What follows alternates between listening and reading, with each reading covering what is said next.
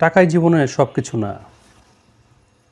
আপনাকে আমাকে আমাদের সবাইকে একসময় এই টাকার হিসাব দিতে হবে।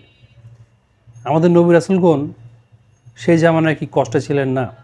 তারা কি অনেক আরাম-আয়েশে জীবনে ছিলেন?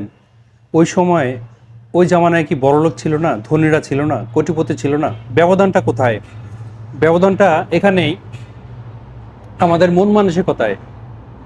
আমরা বর্তমানে টাকা ছাড়া কিছুই বুঝতেছি না, ভুলে গেছি অতীতের কথা, যে কোনো এক সময় আমাদেরকে মৃত্যুবরণ করতে হবে, কোনো এক সময় আমাদেরকে এই পৃথিবী ছেড়ে চলে যেতে হবে, তখন এই টাকা পয়সা হিসাব দিতে হবে।